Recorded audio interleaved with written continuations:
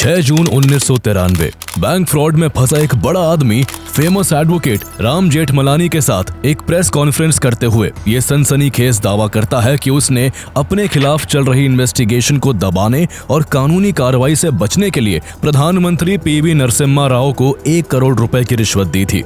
Yes, the money was paid to the Honorable P.V. Narasimha Rao, the Prime Minister of India. वो दावा करता है कि उसके पास सबूत के तौर पर एक ऑडियो टेप भी है। उस समय पीवी नरसिम्हा राव की सरकार अल्पमत में थी और उस आदमी का पीएम पर रिश्वत देने का आरोप पूरे देश में पॉलिटिकल भूचाल ले आया। प्रधानमंत्री पर रिश्वत लेने का आरोप लगाने वाला यह आदमी कोई और नहीं बल्कि भारत के सबसे बड़े स्कैम का मास्टरमाइंड हर्षद मेहता था, जिसे इंडियन शेयर मार्केट का बिग बुल कहा जाता था। उसके पास बेशुमार पैसा था, हजारों स्क्वायर फीट में फैले बड़े बड़े अपार्टमेंट्स थे, एक से एक महंगी गाड़ियां थी और वो सालाना 24 करोड़ रुपए का टैक्स भरता था। इंडियन शेयर मार्केट में उसकी ऐसी धमक थी कि वो जिस कंपनी में इन्वेस्ट करता उस कंपनी के शेयर के प्राइस आसमान छूने लगते थे। मार्केट उसे ब्लाइंडली फॉलो करता था, लेकिन असली कमाई उसने तब की जब उसने मनी मार्केट में कदम रखा और इंडियन बैंकिंग सिस्टम के लूप होल का फायदा उठाकर आरबीआई की नाक के नीचे 4000 करोड़ रुपए का स्कैम कर डाला, जिसकी कीमत आज के हिसाब से करीब 24,000 करोड़ रुपए होती है।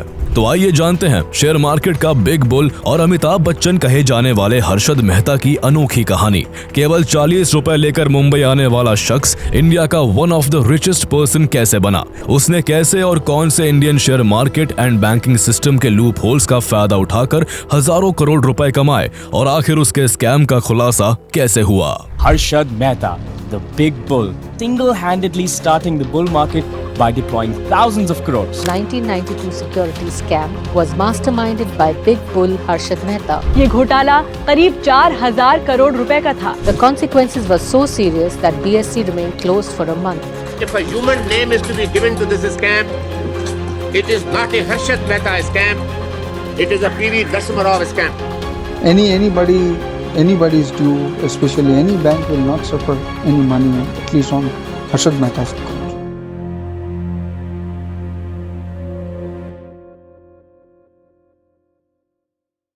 हर्षद मेहता का जन्म 29 जुलाई 1954 को गुजरात के राजकोट जिले के पनेली मोती में एक जैन परिवार में हुआ था। हर्षद के पिता शांतिलाल मेहता ने मुंबई में टेक्सटाइल बिजनेस शुरू किया, इसलिए उनका परिवार वहीं शिफ्ट हो गया। हर्षद और उसके तीनों भाइयों की शुरुआती पढ़ाई घाटकोपर के ही एक लोकल स्कूल में हुई। हालांकि जब हर्षद केवल 10 साल का था तभी उसके पिता की तबीयत काफी खराब हो गई और उसका परिवार 1964 में छत्तीसगढ़ के रायपुर में शिफ्ट हो गया। हर्षद के पिता ने रायपुर में भी अपने बिजनेस को खड़ा करने की कोशिश की, लेकिन उन्हें सफलता हाथ नहीं लगी। अगले कुछ सालों में उनकी फाइनेंशियल कंडीशन इतनी खराब हो गई कि उन्हें अपने बेटों की स्कूल फीस भरने के लिए अपनी पत्नी के गहने तक बेचने पड़ गए। हर्षद के पिता के कारोबार के साथ साथ उनका स्वास्थ्य भी बिगड़ रहा था, इसलिए 12th तक की पढ़ाई रायपुर से ही करने के बाद साल 1973 में हर्षद मुंबई अपने मामा के घर चला गया और वहां लाला लाजपत राय कॉलेज में कॉमर्स से ग्रेजुएशन करने के साथ साथ छोटी मोटी नौकरियां भी करने लगा। ग्रेजुएशन करते हुए उसने कभी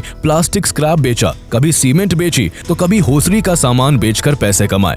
इन सब के बीच साल 1976 में हर्षद की बीकॉम की डिग्री पूरी हो गई, जिसके बाद वो न्यू इंडिया इंश्योरेंस कंपनी में 600 रुपए की मंथली सैलरी पर क्लर्क के तौर पर नौकरी करने लगा। इस बीच उसके छोटे भाई अश्विन की भी मुंबई में आईसीआईसीआई बैंक में नौकरी लग गई थी, इसलिए वो भी हर्षद के साथ मुंबई में ही रहने लगा। 1992 में जब हर्षद मेहता स्कैम सामने आया था तो पूरे देश की आंखें खुल गई थी। उस घोटाले ने ये साफ कर दिया था कि भारत को एक ऐसे स्टॉक एक्सचेंज की जरूरत है जो टेक्नोलॉजिकली एडवांस्ड और पूरी तरह से ट्रांसपेरेंट हो। इसी सोच के साथ NSE यानी नेशनल स्टॉक एक्सचेंज की एस्टैब्लिशमेंट हुई। NSE का मकसद एक ऐसा इकोसिस्टम तैयार करना था जहां मैनिपुलेशन और ह्यूमन इंटरफेरेंस की कोई गुंजाइश ना हो। भारत में इलेक्ट्रॉनिक ट्रेडिंग की शुरुआत करने वाला पहला प्लेटफॉर्म NSE ही था और यही से देश के फाइनेंशियल इंफ्रास्ट्रक्चर में असली बदलाव शुरू हुआ। आज NSE सिर्फ एक स्टॉक एक्सचेंज नहीं बल्कि इंडिया के कैपिटल मार्केट्स की बैकबोन है। हर दिन होने वाले इक्विटी ट्रेड्स का सबसे बड़ा हिस्सा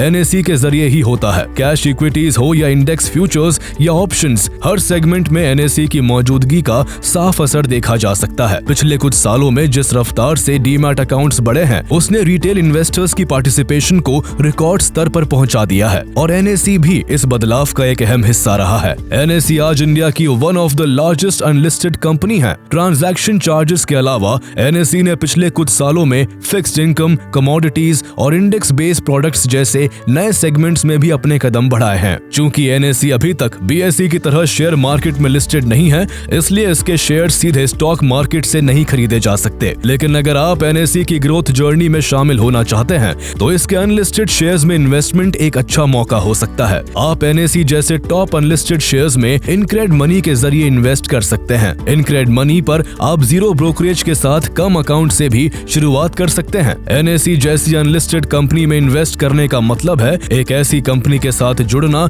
जो स्टेडी कैश फ्लो और मजबूत फंडामेंटल्स के साथ काम कर रही है। लेकिन ध्यान रहे कि अनलिस्टेड शेयर्स में लिक्विडिटी थोड़ी कम होती है और लिस्टिंग के बाद इन पर 6 महीने का लॉक इन भी रहता है। इसलिए ये इन्वेस्टमेंट उन्हीं लोगों के लिए ज्यादा बेहतर होता है जो लॉन्ग टर्म के लिए पेशेंस के साथ इन्वेस्ट करना जानते हैं। हर्षद मेहता नौकरी करने के दौरान स्टॉक मार्केट के प्रति फैसिनेटेड होता जा रहा था, इसलिए इन्वेस्टमेंट को करीब से जानने और समझने के लिए उसने 1978 में अपना ट्रांसफर अपनी कंपनी के इन्वेस्टमेंट डिपार्टमेंट में करवा लिया। उधर रायपुर में हर्षद का फैमिली बिजनेस पूरी तरह से बर्बाद हो चुका था, इसलिए उसका पूरा परिवार रायपुर छोड़कर वापस मुंबई आ गया। उस दौरान हर्षद ने अपनी गर्लफ्रेंड ज्योति से शादी कर ली थी। अब हर्षद के ऊपर जिम्मेदारियां बढ़ गई थी और सिर्फ जॉब से पूरे परिवार का गुजारा मुमकिन नहीं था। इसलिए हर्षद ने एक साइट का काम भी शुरू किया। वो हर वीकेंड सूरत जाकर रफ डायमंड्स खरीदता और उन्हें पॉलिश करवाकर मुंबई में रीसेल करता। इस धंधे से उसे हर हफ्ते 200 रुपए मिलने लगे थे। इस वक्त तक हर्षद को यह एहसास हो गया था कि सिर्फ नौकरी या छोटे मोटे काम करके वो ज्यादा पैसे नहीं बना सकता। यहाँ तक कि वो ये सब करके अपने परिवार के लिए एक घर तक नहीं खरीद पाया था। उसके सपने बड़े थे और उसे बहुत अमीर बनना था, इसलिए उसने फैसला किया कि वो अब स्टॉक मार्केट में अपनी किस्मत आजमाएगा। संयोग से हर्षद और उसके भाई अश्विन का ऑफिस ट्रेडिंग रिंग के काफी करीब था, इसलिए दोनों भाई लंच ब्रेक में रोजाना वहां जाने लगे ताकि स्टॉक मार्केट को करीब से समझ सके। उस समय इलेक्ट्रॉनिक ट्रेडिंग शुरू नहीं हुई थी, इसलिए बॉम्बे स्टॉक एक्सचेंज बीएसई के ट्रेडिंग रिंग में शेयरों की खरीद बिक्री मैनुअली होती थी। लोगों को शेयर मार्केट में इन्वेस्टमेंट करने के लिए बीएसई की बिल्डिंग जाना पड़ता था। इस दौरान ब्रोकर्स और जॉबर्स का बहुत इंपॉर्टेंट रोल होता था, क्योंकि इन्वेस्टर्स इन दोनों के थ्रू ही शेयर्स बाय कर सकते थे। ट्रेडिंग रिंग एरिया भी केवल ब्रोकर्स और जॉबर्स के लिए ही रिजर्व्ड होता था। हर्षद मेहता के सर पर शेयर मार्केट को लेकर ऐसा जुनून सवार हुआ कि उसने अपनी क्लर्क की नौकरी छोड़ दी और ट्रेडिंग रिंग का जॉबर बनने का फैसला कर लिया। हर्षद जॉबर बनना चाहता था, लेकिन बिना किसी ब्रोकर की बैकिंग के जॉबर बनना पॉसिबल नहीं था। ऐसे में हर्षद ब्रोकर पी अंबालाल के पास गया और उनसे जॉबर्स बैच देने की गुजारिश करने लगा। लेकिन जब पी अंबालाल ने हर्षद मेहता को अपना जॉबर बनाने से साफ मना कर दिया तो हर्षद ने सिर्फ इतना कहा कि सर, आपके 2 बेटे हैं, मुझे अपना तीसरा बेटा मानकर ही अपने पास रख लीजिए। उसकी ये बात सुनकर पी अंबालाल का दिल पिघल गया और उन्होंने हर्षद को जॉबर का बैच दे दिया। हालांकि एज अ जॉबर हर्षद का पहला ही दिन काफी खराब रहा और उसने पी अंबालाल को 2000 रुपए का लॉस करवा दिया। स्टॉक मार्केट में हर्षद का करियर शुरू होते ही खत्म होने की कगार पर पहुंच गया था, लेकिन उसने किसी तरह अंबालाल को एक और चांस देने के लिए मना लिया। इस दिन के बाद हर्षद ने कभी पीछे मुड़कर नहीं देखा। कभी उसे अच्छे परफॉर्मेंस के लिए अंबालाल से तारीफ मिलती तो कभी घाटा लगने पर उसे खूब डांट भी सुननी पड़ती। इस इफ्स एंड बट्स के बीच काम करते हुए हर्षद ने 1 साल में शेयर मार्केट की बारीकियों को बहुत अच्छी तरह से समझ लिया। उसके अंदर शेयर्स को लेकर गजब की अंडरस्टैंडिंग डेवलप हो चुकी थी और उसकी गिनती उस समय के स्किलफुल जॉबर्स में की जाने लगी थी। इसी दौरान साल 1980 में हर्षद ने महसूस किया कि अगर उसे मार्केट में बड़ा पैसा कमाना है तो उसे कंपनीज की इंटरनल इंफॉर्मेशन सबसे ज्यादा और सबसे पहले जुटानी होगी। इत्तेफाक से इसी दौरान प्रीमियर ऑटो ने अपने ऑटोमोबाइल्स की कीमत में एक बड़ा इजाफा करने की घोषणा कर दी। हर्षद की कैलकुलेशन के हिसाब से इस बार कंपनी को जबरदस्त जबरदस्त प्रॉफिट होने वाला था, लेकिन प्रॉफिट का एक्यूरेट अंदाजा लगाने के लिए उसे इस कंपनी की प्रोडक्शन कैपेसिटी का डेटा चाहिए था। इसके लिए वो सीधा प्रीमियर ऑटो के प्लांट पहुंच गया। वहां उसे समझ आया कि कंपनी की प्रोडक्शन कैपेसिटी पूरी तरह से लेबर यूनियंस पर डिपेंड करती है। इसलिए हर्षद लेबर यूनियंस के लीडर्स पर फोकस करने लगा। उनमें से एक लेबर यूनियन का लीडर हर्षद के घर के पास रहता था। हर्षद ने उसे पैसे देकर कंपनी का डेली प्रोडक्शन डेटा देने के लिए राजी कर लिया। इस तरह हर्षद मेहता ने अपना खुद का सोर्स नेटवर्क तैयार कर लिया, जिसके जरिए वो कंपनीज की इंटरनल इंफॉर्मेशन पता करने लगा। जब भी किसी कंपनी का प्रोडक्शन बढ़ने वाला होता तो हर्षद पहले ही उस कंपनी के शेयर्स को सस्ते दामों में खरीद लेता, और जब उनकी कीमत अपने हाई पर पहुंचती और उसे लगता कि अब वो शेयर और ज्यादा नहीं बढ़ पाएगा, तो वो उनको बेचकर अच्छा खासा प्रॉफिट कमा लेता। इस तरह मार्केट में लोगों का हर्षद पर भरोसा बढ़ने लगा और उसे खूब काम मिलने लगा। हर्षद अब न केवल जॉबर के रूप में दूसरों के लिए ट्रेड करता था, बल्कि खुद की अर्निंग को भी स्टॉक मार्केट में इन्वेस्ट करने लगा था। साल 1982 तक हर्षद ने इनसाइडर ट्रेडिंग के दम पर अच्छा खासा पैसा कमा लिया था, और इसी पैसे से उसने बॉम्बे के कांदीवली इलाके में एक आलीशान बंगला खरीद लिया। जब काम बढ़ा तो उसके भाई अश्विन ने भी अपनी नौकरी छोड़ दी और वो भी हर्षद के साथ पूरी तरह से शेयर मार्केट के बिजनेस में जुड़ गया। शेयर मार्केट में जॉबर से शुरुआत करने वाला हर्षद मेहता अब सिर्फ इनसाइडर ट्रेडिंग तक सीमित नहीं रह गया था, बल्कि उसने स्टॉक मार्केट की एक और टेक्निक इस्तेमाल करनी शुरू की, जिसे पंप एंड डंप कहते हैं। इसके तहत हर्षद अपने साथियों के साथ मिलकर उस स्टॉक के ढेर सारे शेयर खरीद लेता, जिसकी ट्रेडिंग बेहद कम हो रही होती थी। इससे उस पर्टिकुलर स्टॉक की सप्लाई अचानक घट जाती और डिमांड आर्टिफिशियली बढ़ने लगती। इस तरह उस स्टॉक का प्राइस तेजी से बढ़ने लगता और रिटेल इन्वेस्टर्स बढ़ते प्राइस को देखकर उसमें अपना पैसा लगाने लगते। लेकिन जैसे ही उस स्टॉक का प्राइस बहुत ज्यादा बढ़ जाता तो हर्षद सारे शेयर बेचकर मोटा मुनाफा कमा लेता। हर्षद इस तरह नई नई स्ट्रेटेजीज अपनाकर मार्केट में छाया हुआ था। अब उसे लगने लगा था कि वो मार्केट का किंग है और उसे कोई नहीं हरा सकता। लेकिन तभी कुछ ऐसा हुआ जिसने उसको लगभग बर्बादी की कगार पर पहुंचा दिया। 18 मार्च 1982 को शेयर बाजार रोज की तरह ही सामान्य रूप से शुरू हुआ था, लेकिन दोपहर होते होते मार्केट में अचानक पैनिक फैल गया। शेयरों की कीमतें बुरी तरह गिरने लगी। इन्वेस्टर्स ने पैनिक सेलिंग शुरू कर दी। महज 15 मिनट के भीतर ही बाजार में सेंचुरी की सबसे तेज गिरावट रिकॉर्ड की गई। इस घटना को स्टॉक मार्केट के इतिहास में ब्लैक थर्सडे के नाम से जाना जाता है। हर्षद को भी इन 15 मिनटों में 10 लाख रुपए का नुकसान उठाना पड़ा। हर्षद ने अपनी पहले की कमाई से तो 3 लाख रुपए तुरंत चुका दिए, लेकिन उसे मार्च के अंत तक ब्रोकर JL शाह और सुरेश नंदलाल शाह के 7 लाख रुपए चुकाने थे। ऐसे में हर्षद अपने पिता और भाई के साथ कुछ दिनों की मोहलत मांगने उन दोनों ब्रोकर्स के घर पहुंच गया। हर्षद के पिता ने उनसे कहा कि उनके परिवार के पास फ्लैट और थोड़े गहनों के अलावा कुछ भी नहीं बचा है, इसलिए पैसा चुकाने के लिए वो हर्षद को थोड़ा समय दे दे। दोनों ब्रोकरों ने हर्षद को कुछ दिनों की मोहलत तो दे दी, लेकिन उन्होंने उसका जॉबर का बैच छीन लिया और कर्ज चुकाने तक ट्रेडिंग रिंग में उसकी एंट्री रोक दी। हालात इतने खराब हो गए कि हर्षद को कर्ज चुकाने के लिए अपनी पत्नी के गहने तक गिरवी रखने पड़े। इस घाटे के सदमे को हर्षद के पिता शांतिलाल मेहता झेल नहीं पाए और 7 जून 1982 को हार्ट अटैक से उनकी मृत्यु हो गई। इस ट्रेजेडी के कुछ हफ्तों बाद हर्षद और अश्विन ने फिर से हिम्मत जुटाई और शेयर मार्केट में दोबारा कदम रखने का फैसला किया। इस बार उन्होंने बॉम्बे के कालबा देवी मार्केट में एक छोटा सा ऑफिस रेंट पर लिया और grow more research and asset management limited नाम की एक स्टॉक ब्रोकिंग फर्म शुरू की। हाल ही में हुए नुकसान के कारण लोग उन पर भरोसा नहीं कर पा रहे थे, इसलिए शुरुआत में दोनों ने अपने क्लोज फ्रेंड्स और रिलेटिव्स का पैसा इन्वेस्ट करना शुरू किया। हर्षद ने नोटिस किया कि चाय की पत्तियों का दाम तो बढ़ रहा था, लेकिन चाय कंपनियों के शेयर की कीमत अब भी काफी कम थी। ऐसे में हर्षद ने अनुमान लगाया कि अगर डिमांड बढ़ रही है तो कंपनियों के शेयर भी जल्द ही ऊपर जाएंगे, इसलिए उसने टी इंडस्ट्री से जुड़ी कंपनियों के भारी मात्रा में शेयर्स खरीद लिए।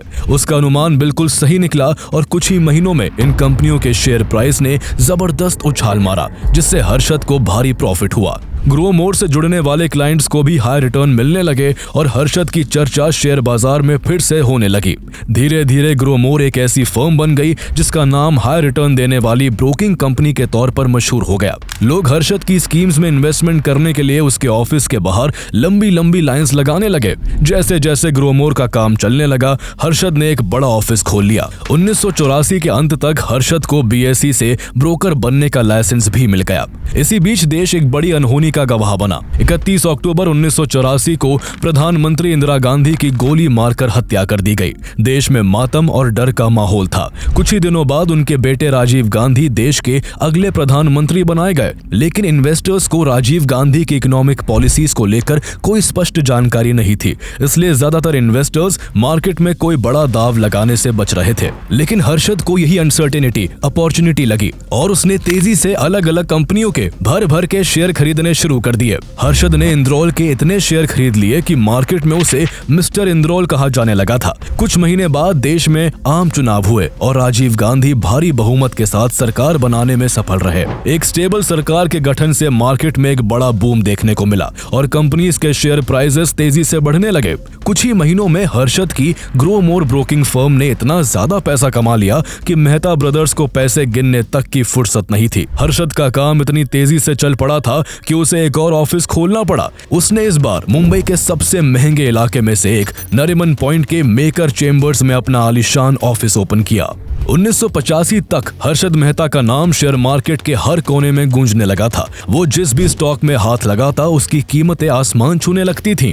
इसलिए बहुत सारे इन्वेस्टर्स दूसरे ब्रोकर्स को छोड़कर ग्रो मोर फर्म से जुड़ने लगे। लेकिन जैसे जैसे हर्षद कामयाबी की ऊंचाइयों को छू रहा था, उसकी राइवलरीज भी बढ़ती जा रही थी। हर्षद की सक्सेस से मार्केट का एक पुराना दिग्गज मनु मानेक खुश नहीं था, जिन्हें दलाल स्ट्रीट का ब्लैक कोबरा कहा जाता था। मनु मानेक मार्केट में शॉर्ट सेलिंग करके पैसा कमाते थे, यानी उन्हें प्रॉफिट तब होता था जब शेयरों के दाम गिरते थे। इसके उलट हर्षद मेहता को मुनाफा तब होता था जब उसके खरीदे हुए शेयरों की कीमत बढ़ती थी। उन दिनों मनु मानेक का अपना एक बेयर कार्टेल था, जिससे राकेश झुनझुनवाला, राधा किशन दामानी और राजू चार्टिस्ट जैसे नाम भी जुड़े थे। बेयर कार्टेल का स्टॉक मार्केट पर इस कदर इन्फ्लुएंस था कि वो किसी भी कंपनी के स्टॉक प्राइस को गिरा सकते थे। ऐसे में उनके निशाने पर इस बार हर्षद मेहता था। 1986 में उन्हें हर्षद को गिराने का एक मौका मिला। उस समय फाइनेंस मिनिस्टर वीपी सिंह ने एक ऐसा बजट पेश किया जिसमें कुछ फैसले बिजनेस के लिए अनफेवरेबल माने गए।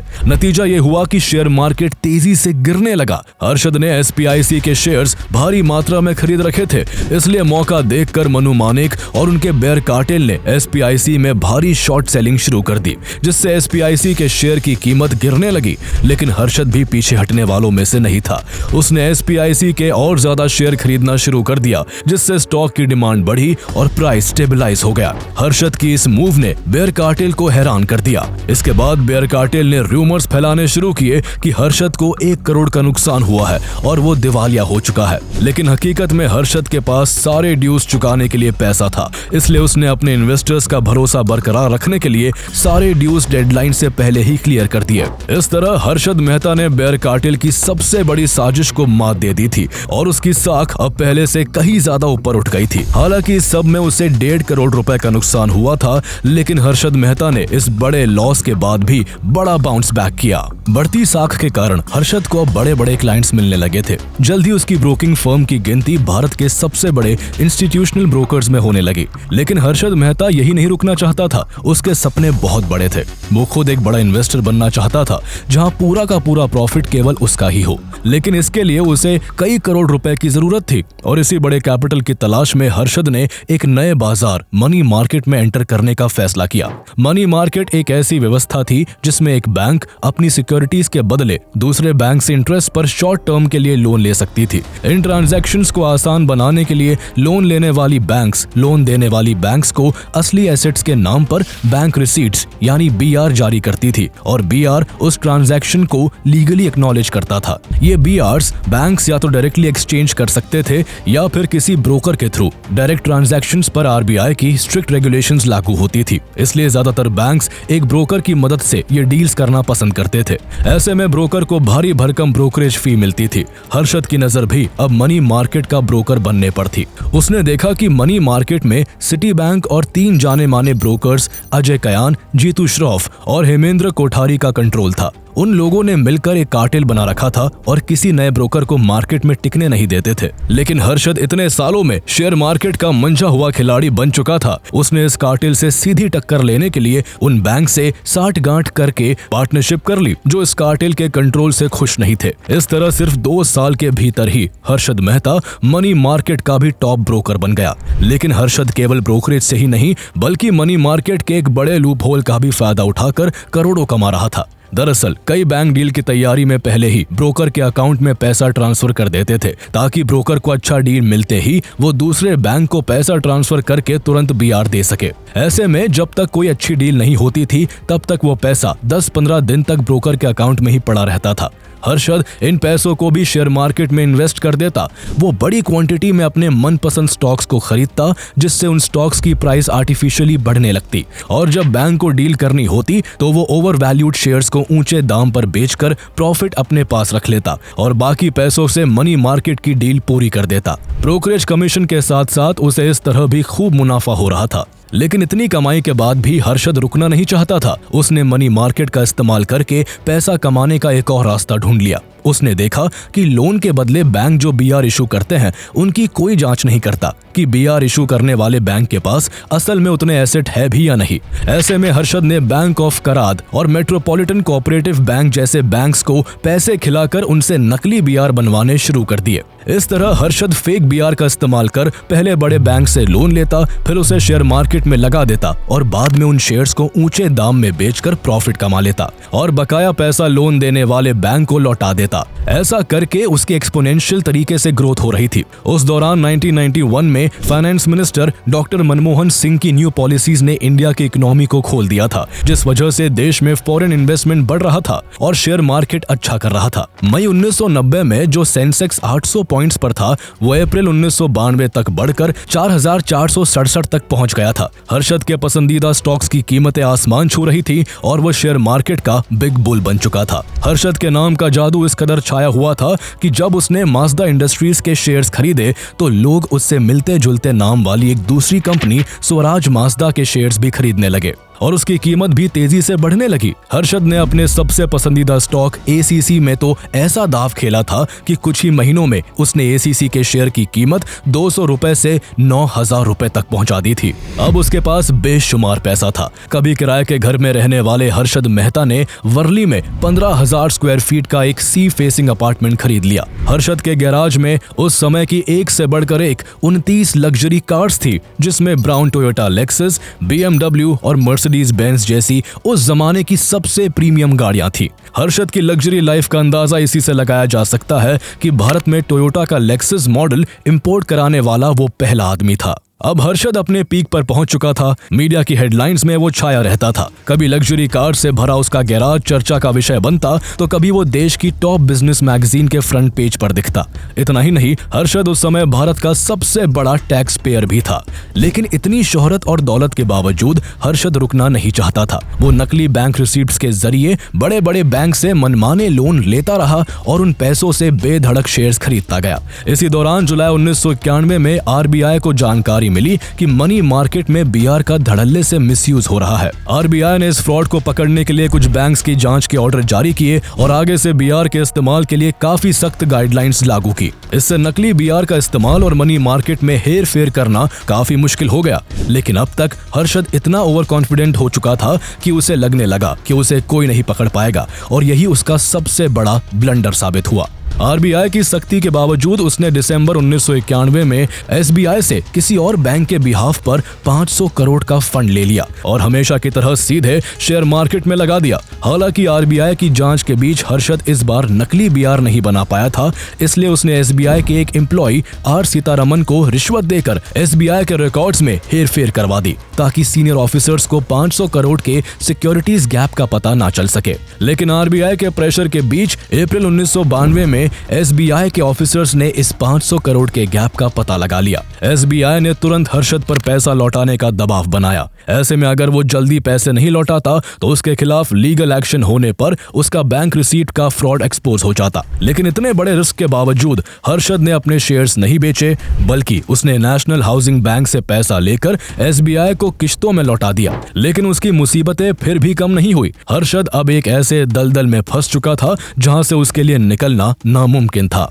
RBI ने इस मामले की जब गहराई से जांच की तो पाया कि हर्षद ने ग्रीनलेस बैंक के अपने अकाउंट से SBI को 574 करोड़ रुपए का भुगतान किया था, जिसमें से 489.75 करोड़ रुपए नेशनल हाउसिंग बैंक के चेक से आए थे। ऊपर से तो ये नेशनल हाउसिंग बैंक और ग्रीनलेस बैंक के बीच एक सिक्योरिटीज ट्रांजैक्शन जैसा दिखता था, लेकिन वास्तव में नेशनल हाउसिंग बैंक के पास इसके लिए कोई सिक्योरिटीज मौजूद नहीं थी। आखिरकार बैंक रिसीप्ट के जरिए किए जा रहे इस घोटाले का पूरा रहस्य सामने आ गया था। रही सही कसर टाइम्स ऑफ इंडिया की जर्नलिस्ट सुचेता दलाल ने पूरी कर दी। जैसे ही उन्हें इस घोटाले की खबर मिली, उन्होंने 23 अप्रैल 1992 को इस पूरे मामले को फ्रंट पेज पर काफी डिटेल में छापते हुए लिखा कि SBI के अकाउंट से 500 करोड़ रुपए गायब हैं और इसके पीछे बिग बुल का हाथ है। रिपोर्ट सामने आते ही संसद में हंगामा हो गया। विपक्ष ने सरकार को घेरा, जिसके बाद जांच के लिए इनकम टैक्स, RBI और CBI जैसी एजेंसियां लगा दी गई। इसके बाद हर्षद के मनी मार्केट और शेयर बाजार के सारे घोटाले सामने आने लगे। हर्षद मेहता का घोटाला सामने आते ही शेयर मार्केट क्रैश कर गया। हर्षद के स्टॉक सबसे ज्यादा गिरे। रिटेल इन्वेस्टर्स को भी करोड़ों का नुकसान हुआ। जिन बैंक्स के जरिए हर्षद ने जाली BR बनाए थे वो डूब गए। यह पूरा स्कैम 4000 करोड़ से भी ज्यादा का था, जो कि उस समय इंडिया के सबसे बड़े घोटालों में से एक था। 4 जून 1992 को हर्षद और अश्विन मेहता को गिरफ्तार कर लिया गया। उनके घर, बैंक अकाउंट्स और कारें जब्त कर ली गई। इस दौरान जून 1993 में हर्षद और उनके एडवोकेट राम जेठमलानी ने प्रेस कॉन्फ्रेंस के जरिए उस समय के प्रधानमंत्री PV नरसिम्हा राव पर केस को दबाने के बदले 1 करोड़ रुपए की रिश्वत लेने का आरोप लगा दिया था। हालांकि जांच एजेंसियों ने उसके इस दावे को गलत बताते हुए इसे इन्वेस्टिगेशन को मिसलीड करने का जरिया बताया। कानूनी लड़ाई कई सालों तक चलती रही। इस दौरान हर्षद कई बार जेल के अंदर बाहर होता रहा और इसी बीच 31 दिसंबर 2001 को मुंबई के थाने जेल में हर्षद मेहता को अचानक सीने में दर्द उठा, जिसके बाद उसे सिविल हॉस्पिटल में भर्ती कराया गया, लेकिन इलाज के दौरान ही उसकी मौत हो गई। घोटालों में फंसने से पहले तक हर्षद देश का सबसे बड़ा टैक्स पेयर था और वो सालाना करीब 24 करोड़ का टैक्स पे कर रहा था।